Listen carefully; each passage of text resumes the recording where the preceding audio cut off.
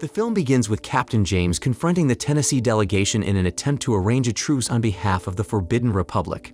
When James gives an old artifact as a symbol of peace, the delegation's leader misinterprets it, and James is attacked by a dozen tiny savage beings. James and his crew are 3 years into a 5-year journey. The skipper notices and respects the crew's daily sacrifices while being so far away from home. The group is set to replenish with a quick departure, and James and Leonard drink a bottle of whiskey while James mulls over the meaning of what he's been doing for the previous few years.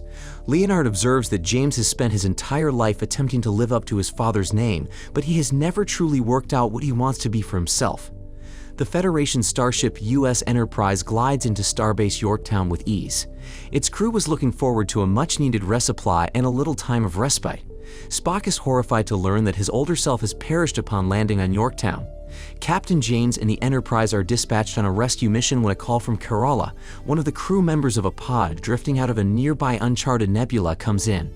Captain James requests that the Horror open a ship-wide channel and informs his crew that they will be rescuing a crew that has become stranded in space, warning them that their course will take them through an unstable nebula that will force them to disable communication with Starfleet, leaving them on their own without backup. The captain cuts the communication by remarking that the U.S. Enterprise has something that no other ship in the fleet has, its crew, and as the captain ends the communication, the bridge is filled with pride. When they arrive, a large swarm of miniature ships ambushes them and soon begins to tear them apart. Unfortunately, the ship's weapons and shield are ineffective against their attackers. As the gravity of the situation becomes clear, the captain makes the difficult choice to order Sulu to activate the warp drive and escape the impending danger. The ship's sensors, however, detect serious damage to the warp drive, leaving it useless. As the crew knows they're in trouble, panic sets in. The struggle for survival has reached a seemingly insurmountable stumbling block. The leader of the swarm crawls and his squad onto the crippled Enterprise, quickly capturing and killing numerous crew members, and tries to seize Albatross, a relic obtained during a recent mission. Commander Spock and Leonard descend to the flight's epicenter and discover that the creep has managed to get his hands on the air. Spock flees danger and informs the captain of the situation on board the ship. Meanwhile, Lieutenant Commander Montgomery tries to figure out how to bring the ship to combat without putting it in danger. Captain James hands up command of the ship to Sulu and heads down to the bridge to assist Spock in a tense conflict. The determination evidence is James and Krall lock eyes. The fight heats up as blows are exchanged and Krall has the upper hand. Montgomery, the ship's genius engineer, works relentlessly and with a rush of adrenaline to repair the damaged warp engine. He restores power effectively, allowing the captain to strike a decisive blow and reverse the course of the war. When the ship's strength surprises Krall and his soldiers, James gets his hand on the other path. However, the swarm quickly pursues and guts the ship, killing several crew members and causing the shredded Enterprise saucer to crash on Ultimate. The remaining crew attempts to flee in pods, but the majority of the pods are picked up one by the swarm before reaching planet Ultimate. The captain lands with the ship's saucer part and escapes into port at the last minute. A Horror sacrificed herself to assist the captain in detaching the saucer part. Sulu and the other survivors are apprehended by Krall and his men, while James and Kerala crash land nearby, and James promptly confronts her about setting them up. But she claims she didn't do anything. Her shipmates were being held hostage by a Skrull. The captain then lets her go, but not without some reservations. James then asks Chekhov to look for survivors, but they discover that their handheld scanners are too feeble to detect any signals, so the captain advised them to return to the saucer and use it. Scanners looking for survivors, Krall asks the Horror why she sacrificed herself to let the captain to escape, and she assures him that Captain James would have done the same for her, and that he'll be there to save his crew. According to the Krall, he's depending on it because Abu Gate is still in the captain's hands. Spock and Leonard crash land together, and Leonard finds that Spock has been pierced by a big fragment that almost missed his heart by millimeters. The doctor then uses a piece of metal he discovered in the rubble to extract the shrapnel and suture the wound. Montgomery is surrounded by 3 planet residents who do not appear to be Krall's guys. Jailer, an alien scavenger who offers to help him find his crew, has rescued him. Spock and Leonard discover a cube with the same markings as above Earth on its walls, and he assists her in repairing her ship. Then Spock collapses, succumbing to his wounds. When Jailer returns Montgomery to her residence, he discovers she was using an outdated Federation ship. That crash landed on their planet many years ago as a base, and she has been striving to repair it throughout the years. Jayla assures Montgomery that if he helps her mend the ship, she will help him find his people and they will be able to leave the world once and for all. James and Chekhov, together with Corrales, slip into the saucer's crash area in order to reach the bridge and contact the crew. Meanwhile, the monster and Sulu escape their confinement and discover that Krall had been watching not just their ship's movement, but the whole fleet of the Federation, and a horror managed to send a distress call before being recaptured. By using Ava's rage as bait, James tricks Corolla into exposing her true objectives.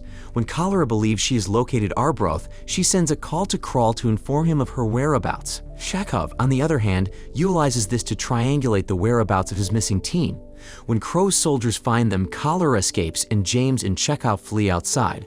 Followed by Cholera on the soldiers in an attempt to escape, James manages to ignite the engines by triggering combustion with a shot from his firearm, and the saucer flips in glass, crushed beneath as James and Chekhov barely manage to escape themselves after recapturing a horror in Sulu. Krall informs them that the quarters they sent out during the distress call were altered, and the rescue ship that the Federation would send after them will be left stuck in the nebula, leaving Yorktown vulnerable while they slumber. Spock tells Leonard that his relationship with Aurora ended because he felt obligated to the Vulcan people, whose numbers have dropped dramatically. Leonard responds humorously, telling Spock that he can see how that might irritate her.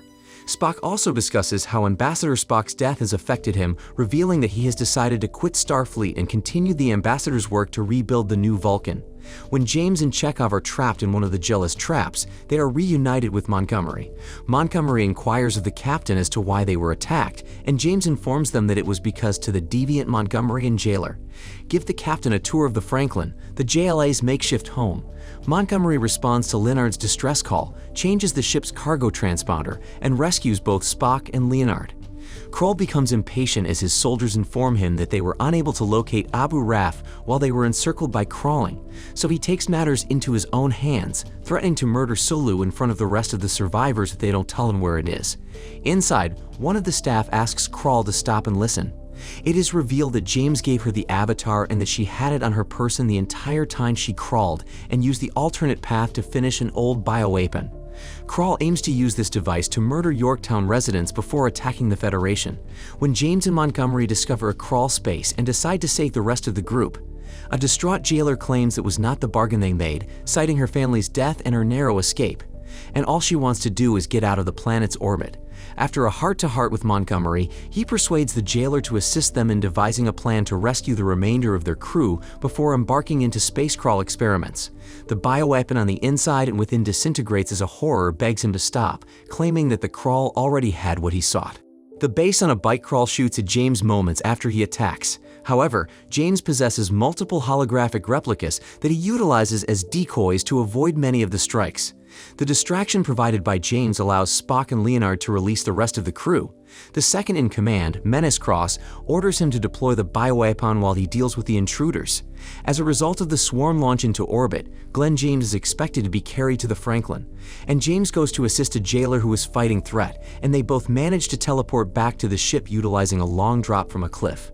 The survivors of the Enterprise launch the Franklin in chase of Krall. Meanwhile, the swarm has begun to strike Yorktown, and James proposed that they try to entice the swarm away from Yorktown for long enough for the inhabitants to flee. Sulu, on the other hand, cautions the captain that they have little chance against the swarm in the Franklin. Spock comes to the conclusion that the swarm functions similarly to bees, and that there might be a way to disorient them and disrupt their coordination. And James proposed that they transport him to one of the ships in the swarm.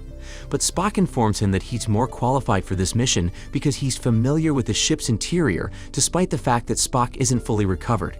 The captain agrees to let Spock take on the mission if he brings Leonard with him. Spock notices that the swarm is talking with one another via a cybernetic link and suggests that they need to send a signal frequency that will destroy the swarm. As the signal won't reach far, James proposes using VAF to confuse and disrupt the swarm, which reminds James of the music the jailer played on the ship when she initially brought him to her temporary house. Captain James directs Sulu to approach the swarm. Frank enters the swarm's epicenter and broadcasts Beastie Boys' Sabotage. The ship also transmits a demolition frequency to the Yorktown Control Center, which amplifies the signal and destroys this warship. Crawler flees the swarm and is pursued by Franklin through Yorktown, where Frank Lamb intercepts Krall just before he reaches Yorktown space.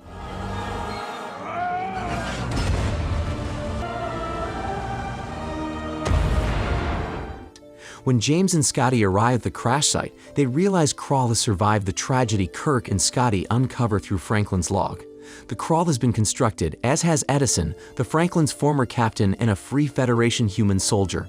When Quayle and his crew are stranded on Ultimate due to a wormhole, the survivors employ native technology to extend their lives at the expense of the others. In addition, fearing that the Federation has abandoned them, they convert the ancient dominant mining drones into their own swarm. Crawl has devised a strategy to destroy the Federation and restart the cosmic conflict. When James and his crew discover this, they realize the creep is on his way to launch the bioweapon, utilizing the environment regulator within Yorktown to do maximum harm. James instructs Horror to contact Yorktown and requests that the regulator be turned off until they can capture and kill Crawl. James finds the sole way into the regulator and crawls into the Yorktown ventilation system. Will Crawl successfully activates the bioweapon before it spreads. Captain James, with Montgomery's help, manages to inject the bioweapon and crawl into space, where the weapon disintegrates and he dies.